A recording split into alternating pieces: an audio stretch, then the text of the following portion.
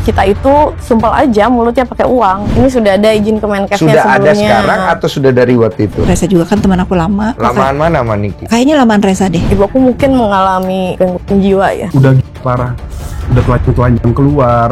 Separah itu? Separah itu. Saya siap selalu melawan dia seumur hidup saya. Udah tenang? Tenang. Gugup juga ya?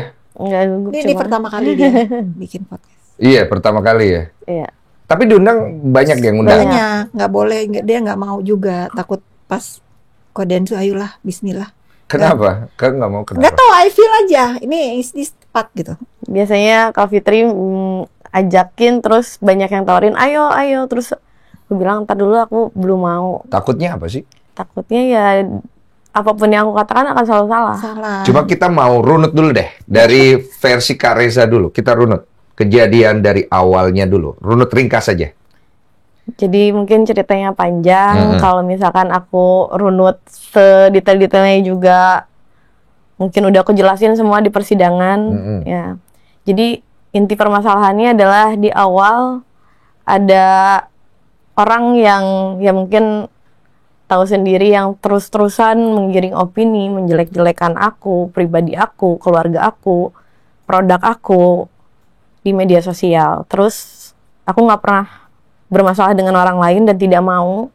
Kemudian disusul oleh oknum yang bernama Nikita ini. Nah, terus dia selalu menjelek-jelekan, selalu hampir setiap hari melakukan live streaming, menjelek-jelekan aku, mengatai fisik aku, kredibilitas aku sebagai dokter, karena dia selalu mengatakan dokter penipu, dokter abal-abal, dokter mafia skincare. Dan itu yang sangat bikin aku sakit karena aku membela pasien-pasien aku yang ada di klinik. Karena setiap aku live streaming untuk, kan pasien-pasienku juga, dok kapan live? Karena mereka suka aku live karena aku biasa memberikan produk, harga, dan sebagainya. Nah, di situ muncullah buzzer-buzzer yang mengatakan apa yang dikatakan oleh Nikita tersebut. Nah, aku punya teman aku ini teman dekat banget, dokter juga dari 2017. Dan kita sempat ke luar negeri bareng, liburan bareng. Bahkan saat aku buka klinik di Jakarta itu di tahun 2017, disusul sama beliau di tahun 2020. Kita sharing, aku kasih informasi, terus kasih informasi juga cara berjualan di e-commerce dan sebagainya rupa, karena kita emang dekat, jadi bukan cuma urusan pekerjaan, tapi urusan pribadi juga kita selalu share. Dan bahkan sebelumnya penasehat hukum aku sama beliau juga sama. Nah, terus ya kita seperti biasa dari 2017 sering komunikasi, aku telepon lah maksudnya, nanyain apa namanya, ini bukan telepon, jadi dokter Oki ini video call ke aku. Nah, pada saat di video call itu ya seperti biasa, selayaknya sahabat, selayaknya orang yang kita percaya, kita curhat. Ini oknum dokter ini menjelek-jelekan aku di media sosial, terus ada ini juga Nikita menjelek-jelekan aku ada salah apa ya gitu. Nah, terus karena aku percaya, kan aku juga, ini teman aku di dunia skincare yang paling dekat kamu. Terus setelah itu ya dia kasih tahu ke aku kalau ya gampang teh, kalau misalkan Nikita itu sumpel aja mulutnya pakai uang gitu. Terus kalau dokter detektif samperin aja ke rumahnya. Itu awalnya. Oke, aku mau nanya dulu di sini. Yang menghubungi duluan dokter kamu atau dia? Jadi awalnya itu karena kita sering berkomunikasi, ya aku telepon, tapi nggak diangkat, ya udah. Berarti kamu yang duluan? Aku telepon tapi nggak diangkat, ya udah. Terus di saat itu jam 4 sore, aku lagi di jalan posisinya. Terus asisten aku kasih handphone, ini ada video call. Barulah di situ komunikasi. Tujuanmu adalah untuk mencari solusi terhadap NM ya? Bukan, untuk bercerita aja, karena dokter Oki ini kan sahabat aku, teman aku. Hanya sharing aja sih sebenarnya di awal. Terus selain itu juga kan menceritakan hal lainnya, tapi ya kebanyakan isi curhatannya ya curhatan sebagai teman dekat lah. Tapi kamu dapat petunjuk? Nah itu, aku mendapatkan arahan yang aku pikir itu mungkin arahan terbaik, sampai aku tanya, emang berapa? Sampai ini ya, dia mencontohkan lah seperti orang-orang lain yang sebelumnya dihajar di media sosial gimana sekarang, yang sekarang karena itu disumpel juga sebagai rupanya. Terus kalau aku nggak melakukan hal seperti itu, aku harus gimana? Ya kamu bakal dihajar terus, kamu bakal terus disikat, tahu kan mulutnya dia. Itu via telepon? Video call. Video call, berarti tidak ada barang bukti ya? Obrolan ada itu. saksi sih, di situ kan Saksi asisten aja aku ya. yang kasih, terus dia juga mendengar karena kalau video call kan nggak kerekam. kedengaran Soalnya zaman suaranya. sekarang pada main rekam-rekaman kan. Kan dari kasus ini keluar udah rekaman keluar semua tuh, rekaman siapa lah, rekaman siapa keluar kan. Ya makanya waktu itu kan semenjak itu pada saat pulang aku cerita sama suami aku. Oke. Tadi teleponan bla bla bla. Wah, kok gitu sih sarannya, kata suami aku. Oke. Terus kata suami aku, ya udah kalau misalkan nanti telepon dia telepon lagi, kamu harus di samping aku, gitu, supaya aku bisa jaga. Takutnya ada hal-hal yang tidak diinginkan. Berarti aku persingkat karena kita udah tahu sampai di situ, akhirnya dia menyarankan menghubungi Mail. Iya, dia menyarankan untuk menghubungi Mail, terus aku bilang, kenapa aku harus menghubungi Mail? Aku nggak ada kepentingan apa-apa, aku nggak ada masalah, aku nggak ada apa-apa karena aku nggak ngerasa punya masalah sama Nikita gitu. Tapi ya aku terus-terusan karena setelah video call pun aku ditelepon lagi, jangan lupa ya hubungi Mail gitu. Terus aku bilang, aku ngomong apa? Aku nggak ngerti gimana caranya. Terus dia bilang, katanya ya udah nanti aku telepon. Terus dia telepon lah conference bertiga.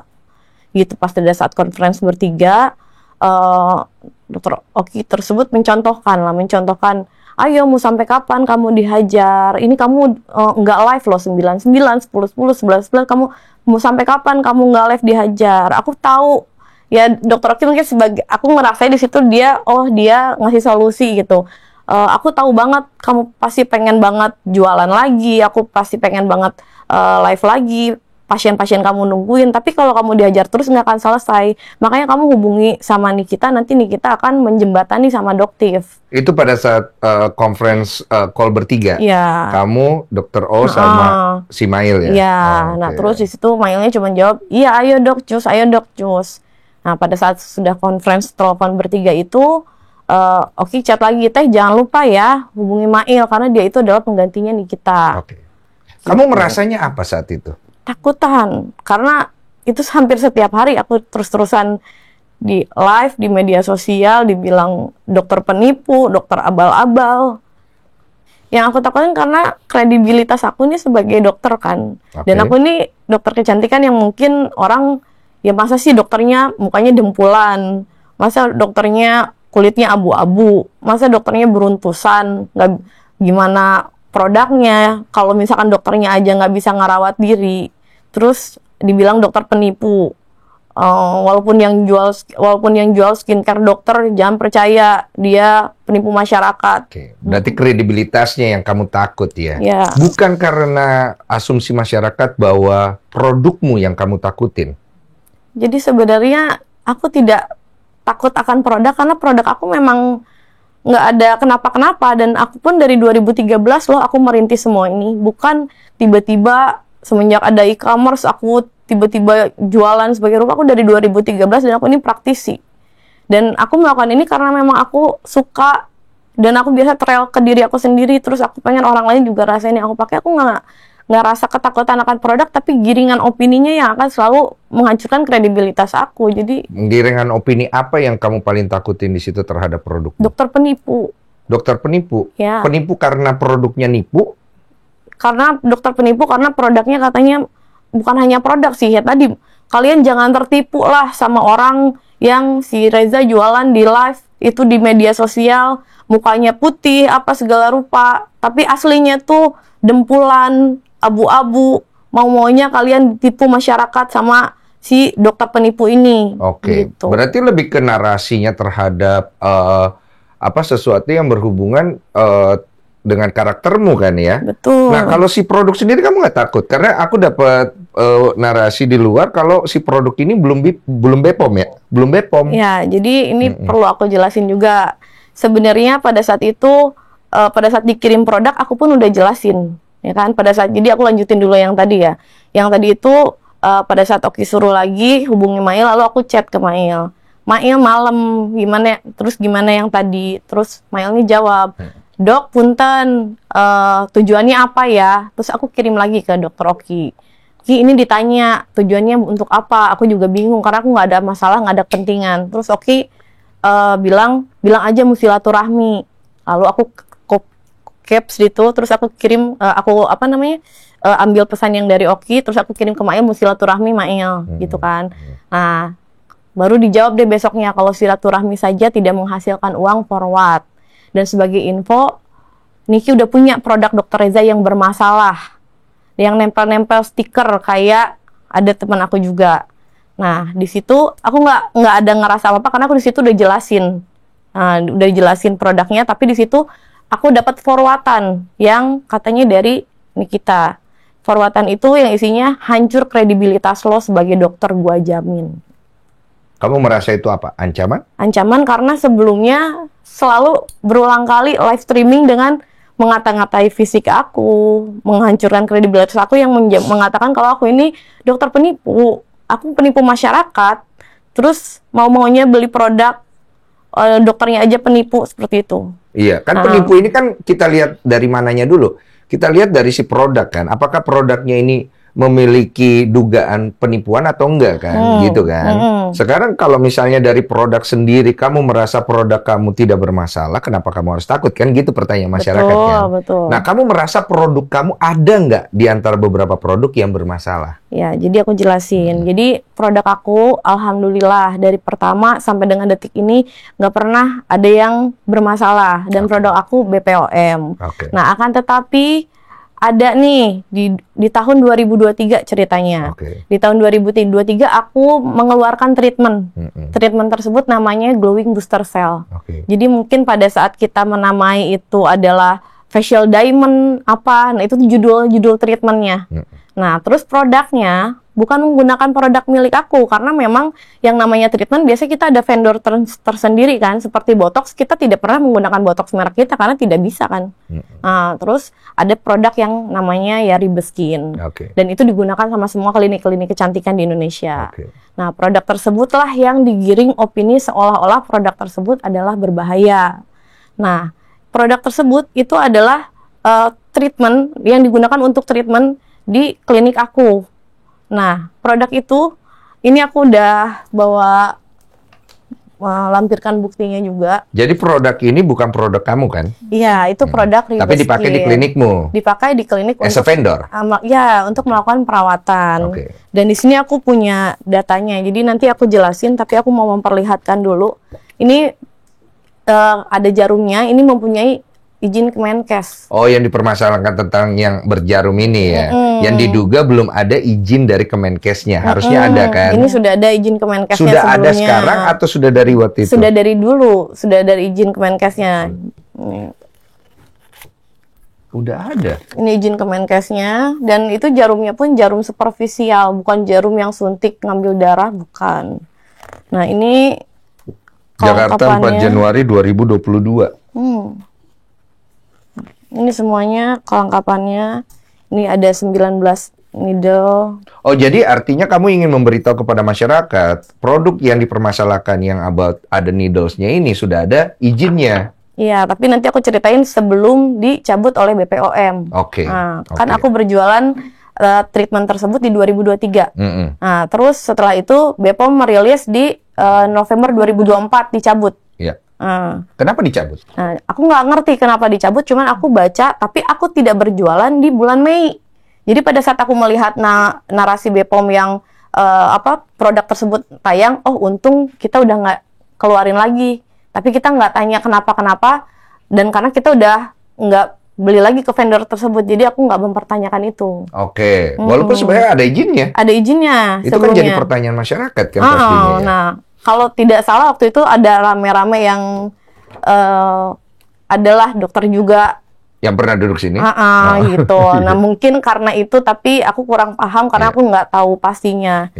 Nah, ini jarumnya. Terus setelah itu juga kelengkapannya itu lengkap lah menurut versi kamu kan, makanya kamu bawa barang bukti ini gitu. Betul. Untuk menjawab tentang tuduhan mengenai si produk yang memiliki jarum ini kan. Betul, itu kan jarumnya udah apa namanya, sudah ada izinnya. Izin. Kalau BPOM-nya mana ya? Walaupun orang tetap bernarasi bahwa itu produk belum ada izin, begitu kan ya? Ya, dan berbahaya. Ini aku juga ngambil dari Kemenkes sih. Oke. Kan biasanya kalau kita ada vendor, mana BPOM-nya, mana Kemenkesnya, baru kita pakai di klinik biasanya. Berarti sudah ada izin dari Kemenkesnya, ada izin dari BPOM-nya. Nah, permasalahan yang dipermasalahkan di produk kamu di pengadilan itu yang dibilang tidak ber-BPOM itu yang mana? Nah, mana BPOM-nya? Sebentar ya. Aku cari. Gak apa-apa, santai. Oke, bentar. Itu kan buat di pengadilan ya? Nggak ada. Maaf ya. Iya, nggak apa-apa.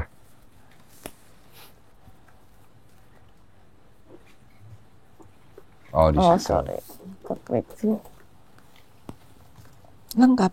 Lengkap. Oke, lanjut. Nah, ini BPOM dari produk tersebut. Memang Ribeskin. Karena memang kita pakai produknya produk Ribeskin untuk treatment glowing booster cell. Nah, ini boleh dicek juga. Berarti Ribeskin ini kan satu produk lain yang kemudian kamu tempel dengan you punya brand sendiri kan? Karena itu untuk perawatan di klinik, karena satu box itu isinya 4. Tapi bukan untuk ini, karena pasien itu diarahkan untuk datang ke klinik. Iya, tapi di sini kamu nunjukin sudah ada BPOM-nya untuk itu ya? Iya, betul. Dan ini aku jual di live itu, aku jual treatment juga. Jadi aku jual facial, jual treatment, misalkan ya seperti glowing booster cell, jual treatment botox. Nah, aku gunakan voucher. Jadi nanti barang yang datang itu merupakan voucher. Nanti pada saat vouchernya datang ke rumahnya, baru diambil sama pasien ke klinik. Nanti baru di klinik baru dilakukan treatment tersebut. Ini vouchernya. Terus setelah itu ini foto before after pasien di setiap cabang yang melakukan treatment tersebut juga kami lampirin. Jadi kita foto treatment yang tadi yang dibilang ini semuanya ada foto before afternya. Emangnya ada kendala dengan treatment ini? Maksudnya ada pasien yang komplain gitu? Tidak ada yang komplain. Tidak ada yang Cuman komplain. memang SOP dari kita, setiap pasien yang sebelum melakukan perawatan kita pasti akan lakukan before after. Berarti pesan yang pengen kamu sampaikan ini semua udah SOP? Betul, karena kita juga punya standar operasional prosedurnya untuk treatment glowing booster cell tersebut. Tapi digiring opini karena kita sudah tidak menggunakan treatment tersebut, bukan karena masalah, tapi karena dari evaluasi manajemen kan biasanya ada meeting bulanan, ini tidak bekerja maksimal nih, maksudnya customernya peminatnya kurang. Kita hentikanlah sambil nunggu produk tersebut habis. Nah, kita sudah tidak jual di bulan Mei. Kemudian di bulan November, BPOM meriliskan bahwa produk tersebut izin edarnya dicabut. Nah, pada saat izin edar dicabut, ya kita ya sudah aman-aman saja. Nah, tapi yang dipermasalahkan oleh Nikita, produk tersebut yang dia beli di 2023. Berarti produk yang dipermasalahkan yang tadi kamu jelaskan ya, bukan produk lain ya? Bukan. Berarti lebih ke treatment? Lebih ke treatment. Nah, aku pun punya faktur pembelian, jadi aku 3 kali pembelian faktur pembelian produk ke vendor tersebut. Jadi ini di bulan Agustus 2023. Ini di bulan lihat ya. Ya. Ini sama di bulan Agustus juga di tanggal 23. Dan ini di 21 Juli 2023. Jadi aku tidak ada pembelian lagi, hanya di tahun 2023 yang terakhir dijual. Nah, kemudian BPOM merilis di bulan November, dicabut izin edarnya. Nah, karena sudah tidak ada lagi di bulan September, karena kita terakhir menggunakan Mei, jadi ya tidak ada masalah. Tapi yang selalu digiring itu karena terdakwa memiliki produk tersebut yang setelah kemarin aku di persidangan, aku diperlihatkan pembeliannya di tahun 2023. Ada pertanyaan nih, setelah produk itu dirilis sama BPOM itu tidak boleh edar lagi, produk yang sudah beredar di luar kamu tarik nggak? Udah nggak ada. Pasti? Ya, sepertinya tidak ada karena kan itu di klinik. Jadi produknya yang sisanya biasanya aku ambil. Nah, kebetulan ada beberapa ya, kalau nggak salah ada 2, ada 3 itu buat pemakaian pribadi. Nah, itu tapi juga. Kan kamu pasti punya supplier yang lain yang kemudian masih memiliki barang itu, yang mungkin dia juga nggak mau rugi, dia jual, bisa aja dong. Nggak ada sih, sudah tidak berkomunikasi lagi dengan supplier tersebut, karena suppliernya kalau Ribeskin hanya satu. Oke, berarti kamu bisa menjamin produk itu pada saat sudah dicabut izinnya, kamu tarik semuanya dan itu sudah tidak beredar ya? Bukan ditarik, tapi memang sudah tidak ada produknya. Sudah tidak ada ya? Nah, pertanyaannya dari mana NM bisa mendapatkan produk itu? Itu di tahun 2023 pada saat kemarin di persidangan diperlihatkan. Jadi pada saat... berarti dia udah beli dari tahun 2023? Betul, jadi pada saat kemarin di persidangan ada aku, ada Bu Jaksa, dan ada terdakwanya juga diperlihatkan ini benar pembeliannya ini, terus jaksanya lihat tahun berapa belinya, terus pas dicek itu di kamar tahun pembeliannya 2023. Ya memang di 2023 kan memang saya masih jual karena izin edarnya aja dicabut 2024. Oke, nah bagaimana dengan ada isu bahwa nomor BPOM yang ada pada produkmu itu palsu? Nah, jadi kalau nomor BPOM palsu yang ada di produk itu, aku di produknya itu aku simpan nomor BPOM. Oke. Aku tuliskan cara pakainya. Nah, akan tetapi dia ngaku itu tidak ada nomor BPOM-nya karena itu kan treatment. Tapi aku di situ tidak ada menuliskan. Kalau pemalsuan itu aku tuliskan juga nomor BPOM-nya. Itu tidak ada aku tulis BPOM karena memang itu nama treatment. Oke. Nah, terus kemudian setelah itu kalau misalkan tadi pertanyaannya, katanya diduga produk kamu menggunakan nomor BPOM yang palsu. Itu jawabannya, nomor BPOM yang palsu. Terus yang kedua, kalau nomor BPOM yang palsu harusnya ada nomor BPOM yang bukan yang aslinya. Dan kan namanya memang Ribeskin. Aku tidak merubah nama BPOM, tidak merubah judul. Aku hanya itu sebagai treatment gini kok. Seperti halnya kita... Paham aku. Ini kan Ribeskin ini kan produk nih. Di sini kan dia ada BPOM-nya sendiri. Terus kamu bungkus lagi, itu ada 2 BPOM tuh jadinya. Aku tidak isi BPOM-nya karena memang aku cuma lapisi dengan nama treatment Glowing Booster Berarti Cell. BPOM-nya tetap satu. BPOM-nya tetap satu. Karena ada beberapa produk yang saya temukan, di dalamnya ada BPOM-nya, di luarnya ada BPOM-nya lagi. Oh enggak. Tapi itu ada kan produk begitu kan? Aku kurang tahu, kurang tapi tahu di ya? produk itu tidak ada. Oh, di punya kamu tidak ada. begitu? Bahkan cara pakainya saja ya karena ada SOP di klinik ini ya pasien tidak ada cara pakainya di karena produk tersebut. Jadi kamu hanya membungkus aja, tapi BPOM-nya tetap satu gitu, dan itu terdaftar sah gitu. Iya, karena itu nama treatment sama seperti mungkin halnya kita mau melakukan treatment botox di klinik, namanya kan botox tetap. Tapi produk yang digunakan ada produk Lanzok, ada produk apa gitu. Jadi enggak namanya botox. Terus pada saat kita facial, setiap klinik punya nama facial beda-beda. Tapi produk yang digunakan kan bukan produk nama facialnya, tapi produk yang digunakan adalah produk-produk misalkan facial wash yang menggunakan A, facial wash tonernya menggunakan B, tidak facial judulnya toner A, toner B gitu. Iya, yang kemudian Ribeskin-nya itu adalah kamu bungkus dengan itu dari you punya klinik gitu kan, paham aku. Tapi lumayan gue pengalaman kalau beginian. Ya tapi apapun itu aku mohon maaf sama semua masyarakat ya kalau misalkan atas kejadian ini jadi banyak kesalahpahaman. Yang jelas di sini aku menjelaskan dengan seada-adanya karena BPOM pun mengatakan tidak terdaftar, ya memang tidak karena itu nama treatment gitu ya. Dan ya apapun itulah, karena apapun yang dijelaskan akan selalu salah ya. Aku mohon maaf atas segala kegaduhan ini dan menjadi pembelajaran aku lah untuk lebih lebih kuat lagi kalau misalkan ada orang-orang yang mengancam gitu. Oke. Sebentar, kita ke Kak Fitri dulu ya. Kita break dulu ke Kak Fitri. Kak Fitri, punten, aku mau intercept ke kamu dulu. Setahu aku kan Kak Fitri dulu itu kan memang sohib banget sama NM gitu. Terus kenapa bisa-bisa berubah haluan? What's going on? Bukan berubah haluan ya sih ya, lebih ke aku tuh berharap dengan bertambahnya usia NM waktu itu ada kejadian juga keributan dengan suaminya yang terakhir, dengan anaknya. Aku memilih untuk tidak ikut campur di urusan keluarga itu. Aku ya mengakhiri pertemanan kita sampai urusan mereka itu selesai sebetulnya.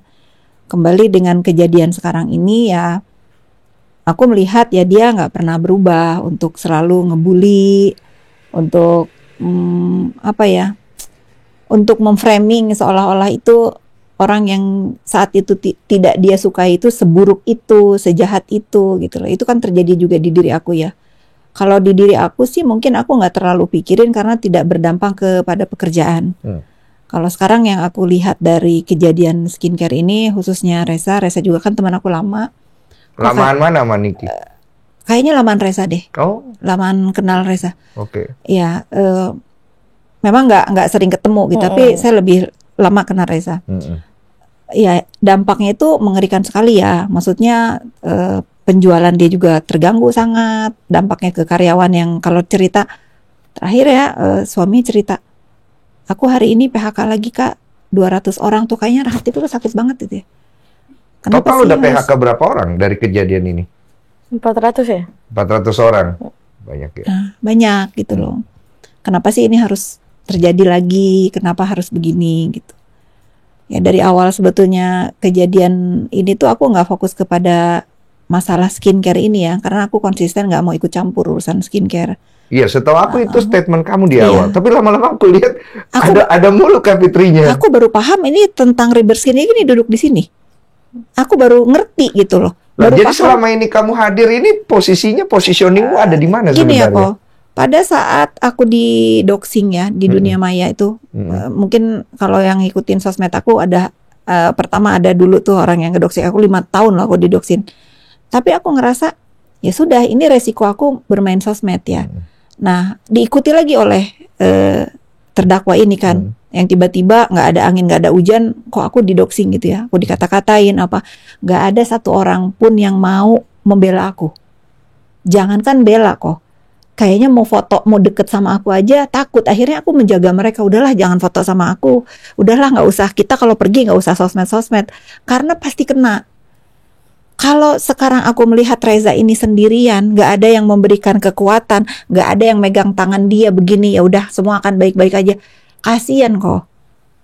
Segimana powernya si terdakwa ini di dunia maya itu begitu mengerikan, begitu mengerikan. Aku di sini merasa kalau nggak aku yang mendampingi Reza ini untuk melawan bullying, siapa lagi?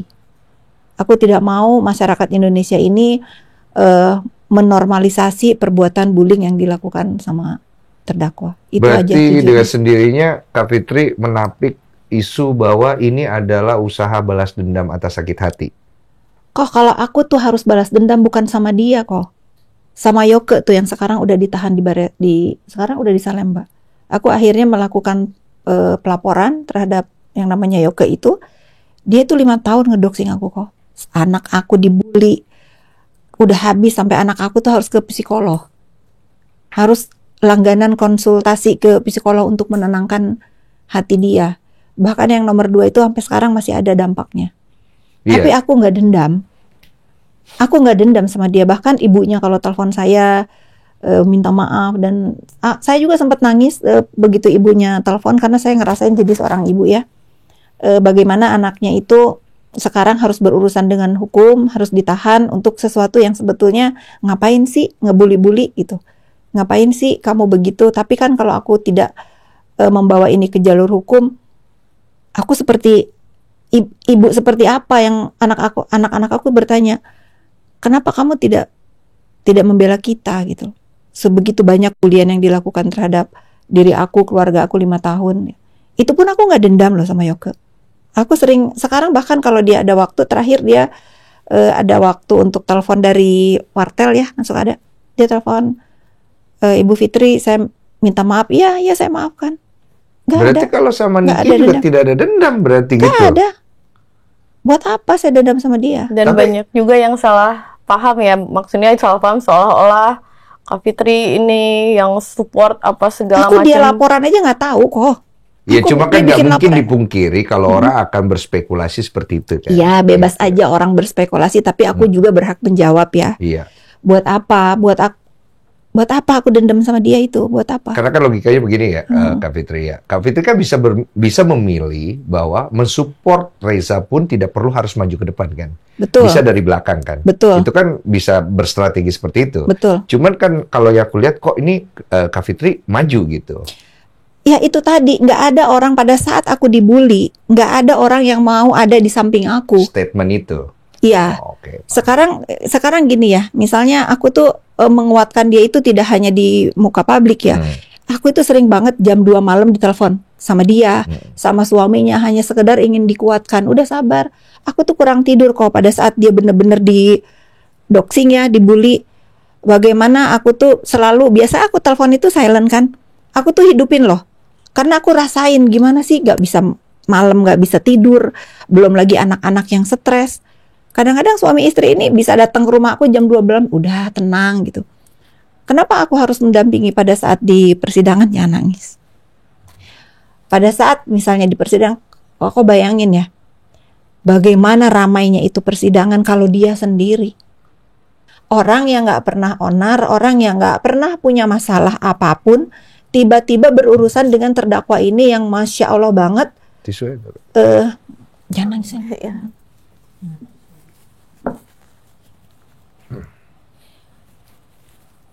Gak kebayang kok. Gak kebayang saya yang kenal Reza kalau saya harus membiarkan dia sedikit. Mungkin kalau bisa, apa sih hidup yang kepengen aku lakukan untuk kebaikan gitu. Ya mungkin ini penyemangat Reza untuk semua akan baik-baik aja. Aku nggak takut untuk orang berstatement apa. Tujuan aku di sini hanya ingin dia juga seorang ibu kok. Dia anaknya lebih banyak. Berapa anak kamu? 5 kok. 5. Dia 5 anak. Dia ibu dari 5 orang anak. Jadi kita harus fair gitu. Pada saat dulu terdakwa juga aku temenin juga, aku rela kok, aku dibully, aku disalah-salahin, rela gitu. Tapi dua-duanya temen loh. Iya, aku merasa aku nggak benci sama terdakwa ya. Aku nggak benci sama orangnya. Justru dengan keadaan ini aku tuh berharap sudah berubah yuk gitu. Sebenarnya pesan yang pengen Kak Fitri berikan kepada NM itu apa sih, Kak? Saya tuh kepengennya ya kalau dulu saya masih berteman sama dia, mungkin ini nggak akan terjadi. Lapor-melapor ini nggak akan terjadi karena sebetulnya akhir-akhir ini kan dia deket sama Dokter Oki kan. Saya pernah mengatakan ke Dokter Oki, sudah bisa nggak jangan ribut lagi, diredam, coba namanya orang lagi marah, bisa nggak dideketin. Pada saat itu saya udah ingetin, tapi saya nggak tahu kenapa nggak dilakukan itu. Pada saat Reza bikin laporan pun saya nggak tahu. Sebetulnya Dokter Oki juga sudah bilang, saya nggak tahu ya benar atau tidak. Saya nggak tahu benar atau tidak. Bahkan katanya sih sempat ingin mengembalikan uang yang pernah diminta oleh NM melalui Oki. Ada lagi siapa yang untuk ketemu saya gitu. Tapi katanya nggak jadi karena NM-nya nggak mau. Sebetulnya boleh ya aku bilang ya, pada saat udah terjadi laporan itu, saya tanya sama Reza, kamu nggak mau baikan aja, kamu nggak mau tabayun gitu ya, udah jangan saling serang lagi. Hal yang benar bikin aku juga tambah kasihan sama Reza. Kak, aku tuh bukan mempermasalahkan uangnya. Aku tuh sudahlah kalau memang itu udah menjadi rezeki dia ya sudah, tapi stop bully aku. Gitu. Ini Kak, aku sudah ngikutin apa maunya dia masih ngedoxing aku. Apa sih yang baru tuh aku lihat? Aku kan selama ini nggak mau ngelihat kan. Dia ngomong apa, barulah dikirim tuh semua. Pada saat kejadian sudah dikasih tuh apa yang dia mau, yang disumpel itu katanya, kata Mail kan. Masih ngata-ngatain gitu ya. Masih ngata-ngatain. Nah, setelah aku tahu kok dia masih ngata-ngatain, kenapa kok dia bisa begini? Nah, itulah cerita lagi. Kenapa nih? Oh, mau rapiin? Oh iya. Iya, rapiin dulu, rapiin. Iya, sayang. Kamu cakep kok, aman. Nanti kalau lihat orang lain. Tiba-tiba kepotong gue gara-gara rapiin. Maaf. Iya. Aman. Takut kok ini kena mental nih gara-gara abu-abu, mukanya Nafas aja salah, Bang. nafas aja Kamu salah. kenapa jadi insecure gitu? Nggak tahu. Hah? Ya sudah, itu dampak bullying loh. Separah itu pengaruhnya ke mental Iya. kamu. Aku setiap ketemu sama orang di mall dimanapun, orang ngeliatin muka aku nggak abu-abu kok. Terus dia balik lagi, sampai 3 kali dia balik. Oh, makanya kamu kalau itu dikit kamu langsung ngaca gitu. Dia kemana-mana bawa kaca sekarang. Itu Karena- yang bikin aku sedih loh. Oh. Itu tuh benar-benar, dan kacanya itu bukan kaca bedak kayak kita, kaca gede kok. Iya, untuk ngelihat mukanya Iya. apakah dia berubah abu-abu atau mungkin apa bagaimana gitu maksudnya kan? Iya. Kamu udah ke psikiater belum? Udah. Apa kata psikiater? Ya, obatin. Ada gangguan? Iya. Gangguan yang disebabkan oleh? Ya banyak, psikis. Psikis. Terus Oke. jadi gampang gelisah, nggak bisa tidur, segala macem. Oh, tapi memang secara background kamu mentalnya memang tidak keras ya orangnya ya? Ya karena aku belum pernah menghindari lah aku ribut-ribut dengan orang lain. Aku tidak pernah mau ribut.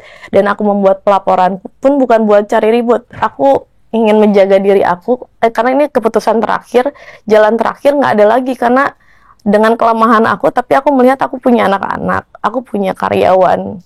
Mau sampai kapan aku terus diperlakukan seperti ini? Bahkan setelah aku transfer pun, blok si A, blok si B. Jangan main sama si A. Oh, kamu diatur maksudnya? Ya. Oh. Dan banyak orang nggak tahu setelah kejadian itu, ya DM aku di anjing. Kita lihat siapa yang hancur duluan. Oke, jadi kan kalau aku tangkap di persidangan, itu kan posisinya sebenarnya ada tawaran dari kamu untuk berupa sejumlah uang supaya NM berhenti. Enggak. Enggak begitu? Enggak. Dari awal sudah dijelaskan dan kemarin pun aku mendengar dari jaksa menanyakan pertanyaan-pertanyaannya, bukti hasil chat dari terdakwa dan Dr. O, enggak begitu dan sesuai dengan yang aku jelaskan. Yang kamu jelaskan tadi? Iya, menyuruh menyumpal terus-menerus sampai akhirnya aku terus-terusan dijelekin di media sosial.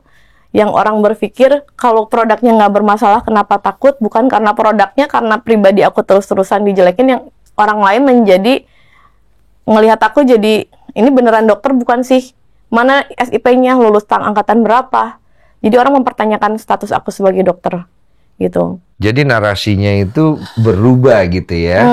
Itu menurut kamu melihatnya begitu, sehingga akhirnya sekarang kan kalau kita bilang ini udah sampai mengerucut ke titik akhir. Cuma ada satu yang aku ingin tanya sebelum aku lupa. Kemarin NM itu mengeluarkan satu rekaman yang dia ingin ajukan sebagai bukti di persidangan, tapi tidak diperbolehkan oleh hakim. Yang diduga isi rekaman video itu adalah narasi tentang adanya dugaannya, dugaan kamu bermain dengan pihak jaksa ya, jaksa atau hakim gitu. Kan dia akhirnya paksa puter tuh. Kamu ada di situ? Aku udah pulang kalau nggak salah. Kalau nggak, kalau antara tidak udah pulang atau pada saat di keluar dari ruangan. Kak Fitri ada pada saat momen itu? Nggak ada. Karena ada ya? Saat itu pembacaan saksi lain. Oke. Nah, yang kamu tahu itu apa isinya? Aku lihat di media sosial tapi nggak begitu jelas. Ya nggak begitu jelas. Tapi apapun itu, aku sangat amat pastikan itu bukan suara aku. Aku tidak melakukan hal tersebut, aku manusia biasa kok, aku rakyat Indonesia biasa yang hanya meminta keadilan atas apa yang sudah dilakukan. Karena aku sudah 1 tahun diperlakukan seperti ini, dan aku juga sama, masyarakat Indonesia, sepowerful apa sih aku, di framingnya seolah-olah ini disuap, itu disuap. Emang aku sebanyak duit apa kok? Oke, ini aku bingung ya, karena aku melihat opini publik itu di kolom komentar itu banyak banget yang mendiskreditkan kamu. Dari dibilang dokter, maaf ya, pelangap-longo. Yeah. Kamu merasa pelangap-longo nggak? Ya mungkin mereka menilainya seperti itu, tapi ya nggak apa-apa. Oke. Terus kamu dibilang banyak hal yang tadi kamu sampaikan. Nah, kamu merasa itu apa? Ya sebenarnya dari kejadian ini mungkin ya, aku kan udah 1 tahun, hampir 1 tahun lah mengalami ini, dan aku masih shock, dan sampai saat ini pun sama. Ya? Kalau bertemu dengan orang pun, orang lain pasti, ayo kamu bisa bangkit, dan siapapun yang ketemu sama aku. Ya mungkin itu yang dijadikan pelangap-pelongo, tapi ya mungkin ya aku dari situ aku punya kesedihan yang orang lain nggak rasain gitu, apa yang aku rasain. Tapi ya dengan bahasa seperti itu, ya itu jelas-jelas tambah bikin aku tambah down. Kenapa ya? Berarti apa yang semua yang diucapkan sama mulutnya terdakwa itu berhasil diaplikasikan oleh masyarakat gitu. Suka eksistensi nggak? Nggak begitu sih kok. Cuman aku sukanya ini aja, suka nyapa pasien, suka konsultasi. Terus karena ada media sosial, jadi aku bisa live, bisa bertemu dengan pasien-pasienku di semua cabang. Cuman itu aja, tapi kalau untuk in-frame yang begitu nggak terlalu, tapi aku lebih sukanya ya semangat aku kalau misalkan live misalkan sambil ngeluarin produk dan sebagainya, karena aku seneng kalau misalkan customer dapat harga murah kayak gitu. Oke. Cuma aku melihat ada beberapa tendensi, maaf ya, ini kalau aku salah ya, sepertinya kamu ketika disorot kamu berduit, kamu berpenampilan mewah, sepertinya kamu terkesan menikmati itu. Sehingga ada terbangun narasi yang negatif ke arah sana, paham kan ya? Mungkin. Iya kan? Nah, pertanyaannya adalah, emang itu adalah branding yang coba kamu bangun, atau itu sebenarnya bukan persona kamu gitu? Ya sebenarnya kan ini di media sosial, mungkin kita butuh hiburan ya kok ya. Jadi setiap orang bisa apa yang dia tim kreatif ya kasih mungkin dijalankan. Tapi ya selebihnya aku hanya manusia biasa intinya. Cuman di media sosial ini kan mungkin orang lain butuh hiburan, entertain seperti itu. Tapi ya kenyataannya seperti ini ya, manusia biasa cuman nggak ngerti juga. Atau kamu menggunakan metode memflexingkan pencapaian supaya orang melihat produk kamu itu memang wah gitu. Kan ada kan model marketing begitu, ini okay anyway gitu kan. Iya, nggak juga sih kok. Jadi awalnya itu sebenarnya aku di rumah, terus biasalah sama orang-orang rumah, terus bikin video, ternyata video itu banyak yang suka, ya biasanya aku rekam apa yang kejadian yang sebenarnya gitu. Tapi ya lagi-lagi aku mohon maaf kalau ada konten-konten aku yang kurang berkenan, aku akan selalu perbaikin. Iya, gitu. karena itu akhirnya nyerang balik ya. Aku akan selalu perbaikin, dan yang namanya manusia tempatnya belajar ya kok ya. Dan alhamdulillah mungkin ini salah satu teguran dari Tuhan, tapi perlu diketahui kalau aku juga manusia biasa, dan aku hanya manusia biasa yang meminta keamanan untuk diriku, untuk keluarga aku, karena ini jalan terakhir. Dan kalau tadi isu suap menyuap, sogok menyogok, jauhlah dari sana. Bahkan aku aja sebelum kejadian ini dan sampai sekarang tidak terlalu dekat dengan yang namanya aparat apa segala macam. Aku tidak ada koneksi ke situ. Tapi kamu dekat sama ibumu? Aku ya dekat. Nah, ada narasi kan? Udah tahu dong video itu muncul ya. Perbuatan siapa kira-kira dugaanmu? Boleh adik aku masuk? Boleh. Memang semua nggak bisa berjalan smooth. Butuh yang segar buat refresh. Nah, ternyata lu saudaraan. Ya. Gue baru tahu per hari ini. Jadi sepupu ya? Ya. Oke, dia manggil lu masuk. Lu mau dia jelasin apa? Nggak mau jelasin, cuman mendampingi untuk menguatkan, karena ini kan bawa ke ranah keluarga ya. Dan sebelumnya banyak orang yang nggak tahu, karena memang aku nggak pernah mau share itu. Kenapa aku nggak pernah mau share itu, kan itu urusan pribadi. Terus sekarang ya mau nggak mau kita harus menjelaskan, walaupun ini menyakitkan dan mengingatkan kembali luka-luka lama gitu kan. Maaf ya. Jadi pada saat itu aku masih kecil. Aku tinggal bersama kakek nenek aku, bersama Jian, karena keadaannya adalah ibuku dan ayahku bercerai. Terus di situ ibuku survive buat cari duit buat sekolahin anak-anaknya, karena anaknya juga banyak. Nah, di situ ibuku mungkin mengalami gangguan jiwa ya. Depresi. Yang di saat itu aku juga bingung, aku harus seperti apa, karena aku juga nggak mengerti. Nah, tapi ibuku terus survive sampai aku lanjutin kuliah jadi dokter. Tapi di tengah jalan, karena semakin parah ya, dan aku juga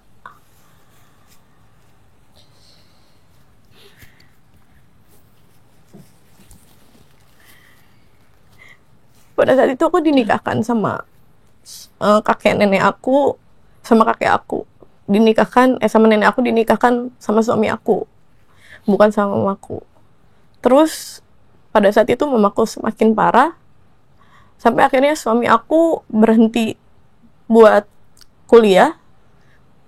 Suami aku cari duit buat bayarin aku kuliah. Jadi banyak yang berseliweran katanya anak orang kaya. Ya ini sebenarnya orang kaya, tapi katanya berjuang dari nol. Nah banyak orang yang nggak tahu bahwa ya ini alasannya gitu. Jadi kalau kamu pernah ngomong bahwa kamu anak orang kaya, sebenarnya kamu bukan anak orang kaya gitu. Bener. Maksudnya. Emang iya. Oh, jadi kamu cuman membranding dirimu sebagai anak orang kaya begitu? Oh, bukan. Emang kakakku ini sempat kuliah kedokteran, dibiayain sama mama juga, yang menjadi mama aku juga setelah mama aku meninggal. Waktu itu kita tinggal barengan sama-sama, karena emang mama aku meninggal, aku nggak ada orang lagi juga untuk aku menginap sama siapapun, jadi cuma sama kakek dan nenek aku. Di situ ada teteh aku yang saat itu juga pas banget mama papanya baru aja bercerai dan mamanya bangkrut. Jadi kayak mungkin semua masalah masuk. Jadi mama agak depresi, mamanya Dokter Reza agak depresi. Jadi sampai sekarang pun itu udah berlangsung dari aku SMP dan Teca masih kuliah. Aku nyaksiin sendiri gimana teteh berjuang buat jadi dokter. Masalah biaya segala macam karena mama tiba-tiba bangkrut, dari yang bener-bener naik, dari yang naik bener-bener naik semua dia punya sampai bener-bener habis semuanya karena emang bangkrut banget saat itu. Berarti tadinya berduit ya? Banget. Sampai pernah aku waktu itu masih ulang tahun ke 11 tahun dari mama aku meninggal. Ulang tahun aku 11 tahun, mama Dokter Reza selalu ngasih hadiah itu berupa seberapa besar aku waktu itu. Jadi misalnya aku ulang tahun ke-11, dia ngasih 11 juta. Ulang tahun aku 12, dia ngasih 12 juta. Sampai aku umur 16 tahun dia masih ngasih itu. Padahal dia waktu itu udah agak gila, Bang. Udah gila parah. Udah telanjang keluar. Oh, separah itu. Aku pun masih nggak ngerti karena aku masih kecil kan saat itu. Masih nggak ngerti kenapa mama bisa kayak gitu. Terus nggak dikasih tahu juga sama teteh kenapa, karena kan aku tuh meskipun adiknya Dokter Reza, kita dari kecil bareng-bareng, aku selalu segen sama apa yang teteh aku derita saat itu. Aku nggak bisa buat tanya, aku nggak berani buat mau tahu kayak gimana, karena menurut aku itu bukan kapasitas aku untuk bisa tahu. Aku mendingan terima aja daripada aku tanya teteh aku kenapa. Sampai sekarang pun teteh aku lagi ada masalah, ada apapun, aku nggak pernah tanya bisa tanya siapapun, aku nggak pernah tanyain siapapun teteh aku kenapa, aku karena takut. Teteh tuh orangnya nggak bisa sama kekerasan, Bang. Sangat nggak bisa. Belum lagi dari kecil kita bareng-bareng berdua tanpa orang tua. Kita berduaan. Karena adik-adik aku juga udah sama papa aku dan aku sendirian pas mama aku meninggal. Jadi ya udah, kita udah berdikari bareng-bareng dari kecil sampai kita ke Jakarta. Karena mama aku meninggal, aku pindah sama papa. Segini sebelum aku bela dia kok, Mufid suaminya datang ke aku menceritakan dulu apa yang terjadi sebelum huru-hara ini kejadian. Kakak, aku tuh punya ibu begini, kemungkinan ini nanti yang akan di-up sama pihak sebelah. Ini ketakutan kita emang dari awal, Bang. Jadi bayangkan sehancur apa perjuangan Reza sama suaminya untuk menjadi dokter, sekejap dihancurkan oleh orang-orang yang nggak punya hati. Ya, tapi aku bangga di kondisi mamaku yang seperti itu, dia masih ini mau sekolahin aku sampai jadi dokter walaupun berhenti di tengah jalan dan dilanjutin sama suami aku. Sekarang mama yang rawat siapa? Sekarang mama kita yang rawat dan alhamdulillah keadaannya udah membaik, tapi dengan kejadian seperti ini mama kena mental lagi. Mama tahu video-video itu tersebar, kemudian ada hujatan-hujatan. Itu mama tahu? Dia tahu, tapi dia pada saat melakukannya dia tidak sadar, dan bahkan kenapa tidak banyak yang kalau udah tahu ibu lo kayak gitu, kenapa lo nggak hapus? Ya karena dia aja nggak tahu passwordnya apa segala macam. Passwordnya. Karena kan nggak sadar juga, Bang. Iya. Dan jadi sekarang bisa, alhamdulillah ya kita udah bisa sedikit demi sedikit masuk, udah sedikit membaik, tapi ya karena keadaan ini mungkin ya dia lihat buat down lagi. Ya karena kan itu dipostingnya di akun terdakwa. Aku melihat akun terdakwa itu posting ya orang tua aku yang bukan maksudnya aku mau menutupi atau enggak mengakui, enggak. Dia orang tua aku, dia yang membesarkan aku. Tapi aku nggak mau ngebuka luka lamanya dia, karena untuk di titik sekarang ya cukup jauh dan kita nggak bisa minta dilahirin sama siapa, Bang. Paham. Aku sama Jian di Jakarta survive. Ya kita survive sendiri ya. Maksudnya nggak ada basically apa segala macem. Makanya kalau dibilang suap-suap, kita aja survive semuanya dari nol. Aku ke Kak Fitri dulu biar tenang dulu. Kak, kamu kan deket ya sama NM. Tahu banget pasti, nggak mungkin nggak. Saya ngikutin banget kamu waktu masih deket banget. Itu ibaratnya pinang di belah dua, nempel banget gitu. Tahun berapa berpisah ya? Sebetulnya kalau ya itulah ya yang tampak di dunia maya itu belum tentu di dunia nyata itu seperti itu. Kalau dibilang deket-deket banget juga enggak juga kok. Karena banyak hal-hal juga yang aku juga nggak tahu sebetulnya apa sih yang terjadi khususnya di lingkungan pertemanan dia di rumah gitu. Aku juga nggak terlalu begitu tahu ya. Kecuali kalau memang dia mau tukar pikiran dalam urusan pribadi, keluarga gitu, aku selalu ada kasih solusi lah buat dia, jangan gini, jangan gitu. Tapi kalau lebih dekat lebih jauh enggak. Tapi selama itu pasti Kak Fitri pasti banyak bantu di belakang ya? Lebih ke urusan anak-anak ya. Oh, urusan anak. Iya. Dan berpisahnya gara-gara urusan anak-anak. Gara-gara ya? anak juga. Iya. Berarti ini semua kondisi yang memang membuat kalian akhirnya jadi kayak begini kan ya? Sebenarnya kalau kita mau tanya, bisa nggak ini diselesaikan dengan mediasi? Ada kemungkinan nggak perdamaian itu terjadi kalau sudah sampai di titik ini? Sebenarnya kalau dendam aku nggak bang, tapi ya biarlah proses hukum berjalan. Oke. Ya karena hingga detik ini pun ya aku masih terus-terusan dijelek-jelekin. Ya aku maafin. Tapi untuk proses hukum ya biarlah berjalan. Aku mau nanya, kamu berharap Nikita masuk penjara atau tidak? Itu dulu jawab. Aku berharap yang penting aku dikembalikan lagi ke asalku, mempunyai ketenangan, aku bahagia sama keluarga seperti dulu, aku fokus dengan pekerjaanku seperti dulu, dan aku bisa memperhatikan karyawan-karyawan aku seperti dulu. Pertanyaannya adalah, apakah dengan Nikita di penjara itu bisa kau dapatkan atau enggak? Nah itu kan pertanyaan akan jadi begitu. Ya aku sebenarnya nggak tahu karena ini aku harus bingung harus melakukan apa lagi. Aku menuruti apa yang dimau sudah, apa yang diminta sudah. Tapi akhirnya oknum lain memanfaatkan situasi dengan memanfaatkan kelemahan aku, terus aku harus gimana? Oke, kita anggap kalau misalnya dia masuk ke dalam penjara, kita anggap ya. Apakah kamu berharap semua tekanan, pressure yang dia kasih ke kamu itu hilang ya kan? Ternyata nggak hilang. Netizen kan masih di situ. Ngerti kan? Netizen masih akan merongrong kamu. Udah paham sampai di situ? Iya. And it's okay. Ya harus dihadapi gimana lagi karena ini sudah terjadi. Oke. Kalau Kak Fitri berharap nih kita masuk atau tidak? Ini fair-fairan ya kita bicarakan.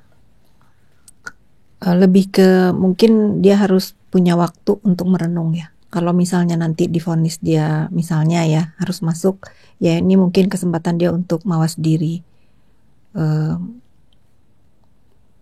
berubahlah.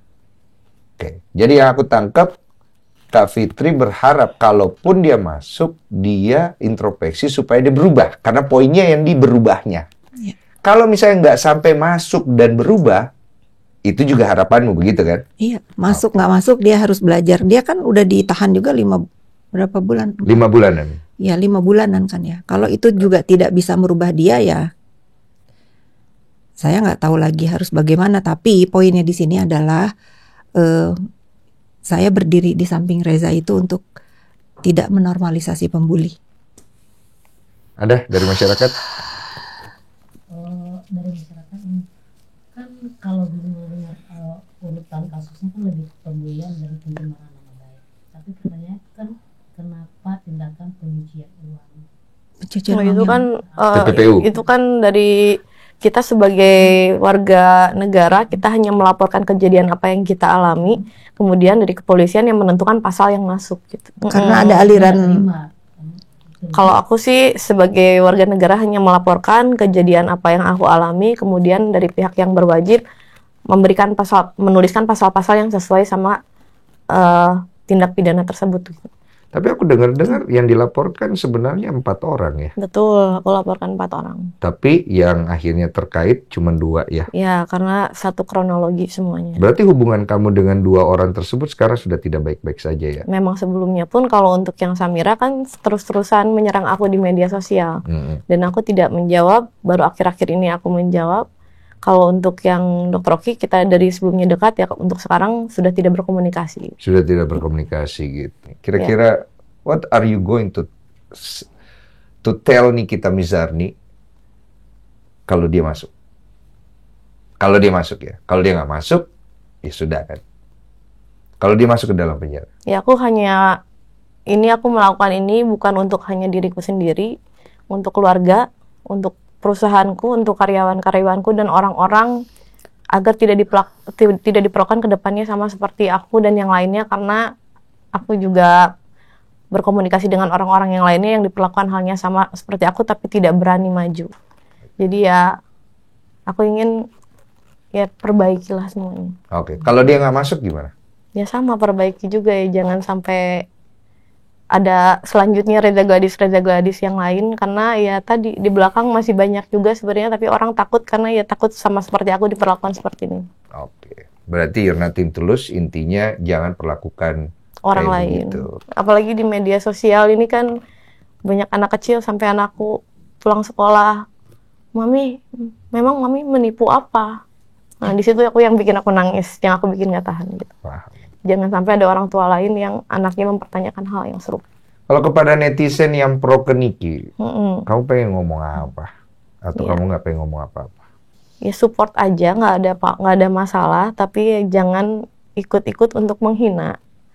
Jangan ikut-ikut untuk apa ya, membuli, apalagi fisik gitu, apalagi keluarga. Silahkan dukung, silahkan support.